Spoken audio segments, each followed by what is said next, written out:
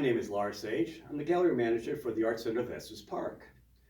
Today is the opening of our newest exhibit entitled It's All About the Details, which features Art Center artist and board member Jim Sneary, who is the subject of today's interview. Welcome, Jim. Hi, Lars.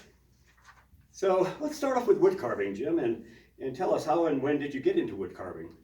A couple of decades ago, probably, when we lived in California, we'd traveled to Arizona quite a bit, and I saw these carvings that were called kachinas in a lot of the Indian museums and shops, and I thought, I would like to try to make some of those, and so I kind of dabbled in that. Took another 10, 15 years before I got to the point where I decided I'd try some other things and started taking some classes. So it's been a slow process getting into it, but now I do it quite a bit. Well, so what kind of wood do you use for these carvings then? Well, most power carvers, I don't carve with hand tools like a knife, I carve with power tools like a Dremel. Most power carvers will use either basswood or tupelo. And basswood is more for smoother surfaces without a lot of the fine detail because it tends to fuzz. So for the detail like feathers and birds, you want something that's a little bit harder, and that's where the tupelo comes in. Tupelo comes from marshes, like in Louisiana, coastal states, maybe even up in Wisconsin. Oh, okay. So when we look at the variety you have here, do you create them on your own or do you use patterns? A little bit of both. There are several wood carver shops around the country that specialize in tools and accessories and books, and some of them sell patterns. And so you can get patterns for little songbirds all the way up to eagles. But quite a few of what I have here in the show right now, no patterns. I kind of work from multiple photographs. Great. Okay, well, we also know that you do pyrography, so why don't you tell us what is pyrography? Pyrography is wood burning. It's the easiest way to explain it. It has a little control unit that provides power to a specialized pen, looks more like a knife, and that heats up, and then you use that to burn the wood or burn the paper. And it's nice for adding detail to carvings. It's nice for doing two-dimensional drawings, kind of like pen and ink, except you're burning paper instead of putting down ink. So how did you get into pyrography then? That kind of came out of doing the carving. When I took some classes, and I recommend classes for any kind of art that you might take, because there's always tricks of the trade that you don't get out of books, what techniques to use or tools to use. And one of the classes, the instructor showed us how to use the wood burning tools to add fine detail to bird carvings. So like the little lines and the feathers, a lot of that will either be done with a wood burning tool or a real fine carving tool. Okay. And it does look very detailed, so how long does it take to do something like that? Forever. It's hard to define an amount of time it takes for things. Some of the bigger birds like the heron and the macaw that are in the show now, I worked on them off and on for over 2 years, each one. Wow. The smaller birds, I probably work on them for somewhere in the neighborhood of a month. And in some cases, I'll work, 8 to 10 hours a day on an aspect of it. And then I'll have to redo a few things so that it's kind of the way I want it. So there's a lot that goes into it, and it's hard to define, exactly how long it takes, but a fair amount of time. Well, so far, what you've been doing, it sounds like it takes a lot of patience. It does. It's a lot of detail work. If you don't like sanding and you don't like repetitive work, it's probably not the hobby to try to get into. Not for you, huh? Right. Okay, let's move on let's take a look at these gourds here. How did you go from carving to gourds? again, there's lots of transitions from one type of art to the other. So like I needed wood burning to do some of the detail in the birds. Wood burning kind of led me to gourds, always looking for a new way to utilize a talent or a technique. I saw where some people were doing wood burning on gourds. And my wife does watercolor painting, and I thought, this would be a good way that we could kind of collaborate, her being more of an artist than myself. We looked into the gourd aspect, and it combined a lot of our talents. She does a lot with design and very good with color selections and whatnot. And doing the wood burning and then incorporating the carving aspect into gourds allowed me to participate and do the types of detail work that I like to do that she doesn't like. Well, that's called teamwork, right? And it works out real well because they're very, the two skill sets combine really well, and I think it's worked out well for us in terms of some of the gourds that I do or she does or we collaborate on. That's great. Well, it certainly is evident that the collaboration works. So, is there anything special about gourds? The thing about gourds is probably that there's some prep work that's involved. The gourd, the way it comes naturally, typically has kind of a mold on the outside. They grow them and then they let them dry, the places that sell them for gourd artists. And so if you buy them in that state, then you have to soak the gourds for a while, either in water or a wet dirt compost type, in order to get that mold off. And then if you want to do like a vase or a bowl or something where the inside of the gourd shows, then you have to cut off the top and clean out the dried pulp and seeds and everything like that, and then seal the inside. So there's a little more to it than just painting on the outside of the gourd. Certainly sounds like it. So where do you get your gourds then? I get most of mine from a farm in California. Out here in the West, there are two primary sources for gourds, the one in California and there's one in Arizona. And what you look for gourds is nice shape and thickness if you're going to do any carving. Mm-hmm. And that's a little hard to find out on the internet how thick they are. But both of those vendors try to provide nice thick gourds for carving. Well, if they know their business, they should know how to, pick the right ones for you. Select them, and you can kind of tell by weight. Again, you can't do that on the internet, mm-hmm. but that's one way to get a gauge anyway as to whether or not it's good for carving. Wow, great. Well, there's one other area that we see that you do it's an epoxy, and it seems like you use a lot of epoxies. What can you say about that then?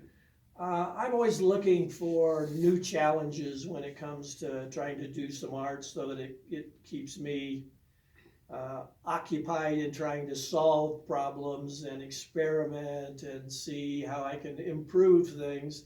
And that kind of led me to epoxy for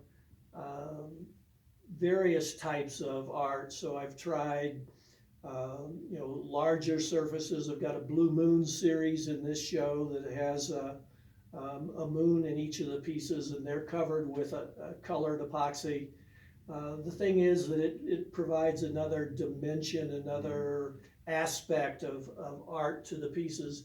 And I like to do thin pieces that are translucent so that you get a little bit of light through that piece. Like this gourd with the butterfly on it, I carve like a frame for the butterfly and then fill that frame with epoxy.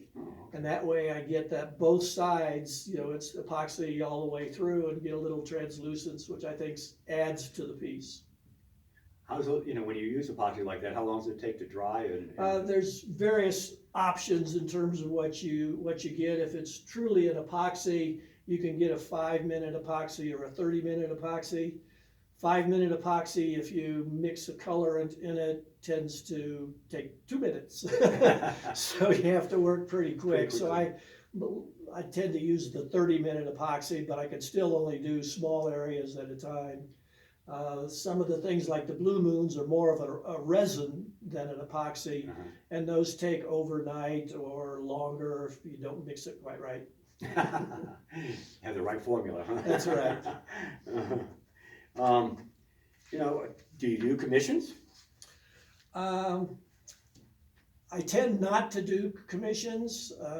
I would consider doing commissions, but when I do the art pieces, I do it to the best of my ability to make myself feel like I've done a nice piece. And my concern with commissions is that the buyer may have expectations of color or shape or something that might not transfer to the way I end up doing a piece. I just worry that they might not like it. So, if I could work it out with the customer relative to what the expectations might be, then I'm open to doing some commissions, but I tend to shy away from it. Yeah. I'm curious. How long does it take you to do let's say a carving? Is it something like you start and to finish, or does it take time and you put it aside for a while or whatever? Yeah, I tend to work in spurts. Mm-hmm. So there'll be certain aspects when I start with a block of wood and I'm trying to get it down to the basic shape, I'll pretty much complete that phase of it. And then when I start the actual detail or a little more precise shaping, I might look at that and say, I don't know where I'm going. I better go start a gourd or something like that. So you've got to be in the right mind frame for art as well as other types of hobbies or occupations. So I tend to do things in spurts. So that's why on these big birds it takes a couple of years. There are challenges with a big bird like the heron. There's 3 or 4 pieces of wood that have to be shaped and joined and put together, and the legs are made out of 20-some pieces of brass each for the leg, the knee, the joint, the knuckles, the nails, and those are all soldered or together. So you got to look at how you're going to orient those, shape them, and everything. Right. So I'll do them 3 or 4 times. I've heard told, out of curiosity, when doing carving, is it's like sculptors who take a piece of stone and they say the stone reveals what's behind it. Is that the same thing for you, or do you come up with an idea and then go from there? No, it's a little bit like that. You got to get the basic shape. You've got to be able to have a piece of wood that lends itself to what you want to do. And it's when you start getting to things like with the macaw, there are basic junctions there, like where the 1.5 foot long tail has to meet the 1.5 foot long body. Uh-huh. So how do I get the tail attached to the body, but still be able to get underneath the wing feathers to paint? Mm-hmm. So you stop and you think and you say, okay, I'm going to use this piece of wood, or I'm going to do this. Well, I can't get in there to paint, so I have to paint it beforehand, or at least prime it and do some things. So there's a little bit of science juggling, mechanical engineering going on there to try to figure out how to orient things. Well, being an engineer, does that help you with the work that you do? Well, I think it helps a lot from the detail standpoint. As an engineer, very meticulous in terms of details with numbers and shapes and interactions, how pieces fit together. And that plays, again, into making a lot of even making a branch. Most of the birds that are on branches, the branches are made out of brass or copper. And so they, there has to be certain ways you join them and solder them together and orient them and don't bend them and things like that. So it's a nice adjunct follow-up from my engineering days. So, do you display any of this work in other places? No, it's really a personal hobby that I do. The fact that I'm allowed to show things here in the gallery and allow other people to see it is the thing that, you know, is a really nice aspect of being able to do art, is to have somebody see and appreciate some of what you do. And I strictly show stuff here in the gallery. So with the variety that you do, what is there a particular type of media that's your favorite? The next one. The next one, okay, well, that's a good one. Like I said, you know, I like to be challenged, so the aspect of going from wood carving to gourd carving to, you know, doing a ball in a box out of one piece of wood, doing a more modernistic piece with thin slices of wood and some acrylic. The challenge is the thing that keeps it alive for me in terms of doing something. So I tend not to do too many of one type of thing, and I'm always looking for the next one. Great. So ultimately, what do you want people to see in your art? I want them to have fun. I want them to look at stuff and say, yeah, you know, that really looks like a bird or looks like a butterfly. Or for those that haven't seen the flyer card or the YouTube thing, I've got some food carvings here that I hope people enjoy. Usually it seems like people get a big kick out of it. So in this show, you'll see pancakes to hot dogs. Well, I know I can verify how realistic they look, because I came in one day, saw your plate of Danish, and my stomach started growling. So yeah, I can verify that. So, well, thank you, Jim. We're going to be conducting a second part of this interview next week, when Jim's going to bring some tools in and give us a demo of how he tackles some of these projects that we've been talking about today. And certainly we invite you, the public, to come and visit the gallery. We're open from Friday to Monday from 12 to 4, and enjoy this beautiful work that we're featuring right now with Jim's show. It's all about the details. Thank you, Jim. Thank you. Bye. All right.